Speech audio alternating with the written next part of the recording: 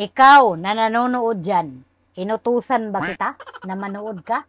Bakit ka nag-comment? Bakit ka nag-react? Bakit ka tumawa? Bakit ka nag-follow? Inutusan ba kita? Yan yung organic.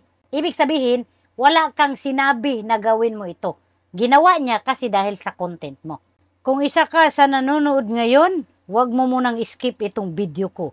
Kung gusto mong dumami ang followers, makilala ka dito, mag-viral yung video mo, at the same time, kung hindi ka pa naman monetize, pwede kitang tulungan. Yung mga kasabihan na ganyan, yung paasa moment, na mura na silang politician, grabe mga ako, hindi po totoo yun. Kung sino po yung creator na nagsasabi niyan, kagaya ngayon sa sinabi ko, ako po for sure ang dadami yung views, dadami yung engagement, dadami yung followers, at kung monetize ako, kikita ako dahil sa pang-uuto ko sa'yo. Kung until now, naniwala ka sa mga kasabihan na ganyan, magising ka na.